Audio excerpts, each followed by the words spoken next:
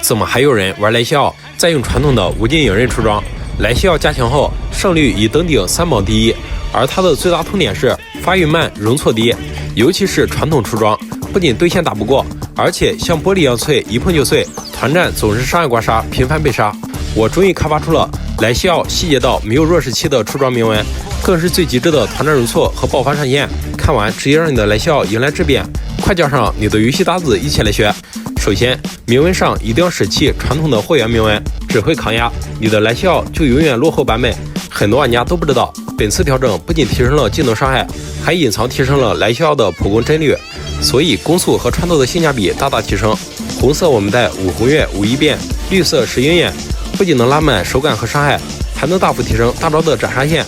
接着，很多玩家都不知道，来西奧的固定移速是420点，而王者的移速算法机制是只计入整数部分，小数点後面的直接捨去。所以想讓來西奧的移速屬性不浪費，藍色一定要帶5狩獵5夺萃，不僅能同时拉滿來西奧的移速和續航，而且後期攻速剛好滿200上限。出装上先出性價比最高的攻速鞋，它不僅属性完全碾压，且價格最低，甚至還多了一个600塊的吸血被動，不僅能續航充沛，還能輕鬆壓制同水平的所有對手。接着，很多玩家喜歡出無盡，但暴擊裝至少3件套才能成型，不僅價格極貴，裝備成型特別慢，而且身滿脆沒容錯，經常順風變逆風，一旦逆風必輸無疑。很多玩家都不知道，來西奧的普攻和一技能打出的箭射效果，能對周圍敵人完整觸發末世的被動傷害，並且我測試了，對比先出無盡，無論是暴擊還是不暴擊，都是先出末世傷害更高。同時，末世還多了價值1500的20%攻速和20%吸血，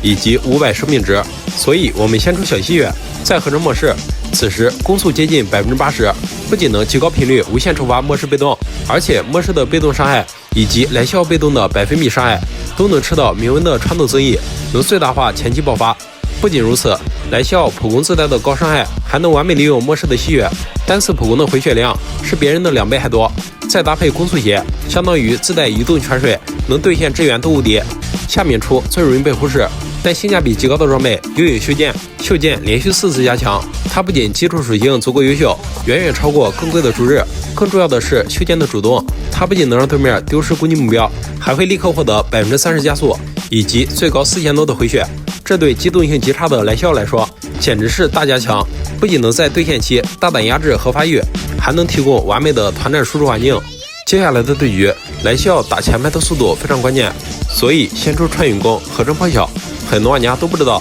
破曉的100%穿透能拉滿末世和來西奧的被動傷害，同時末世和來西奧被動的100%傷害還能反過來彌補破曉穿甲能力不足的缺陷，三者形成完美搭配，團戰能重裝坦克，瞬秒脆皮。下面出更契合來西奧的雷鳴刃，合成無盡後先出小拳套，暴擊率65%，剛好拉滿無盡被動的50%暴擊增傷，能傷害成型無比絲滑。最後合成影刃，不僅攻速剛好滿200上限，還有80的暴擊率和700攻擊力，能傷害最大化。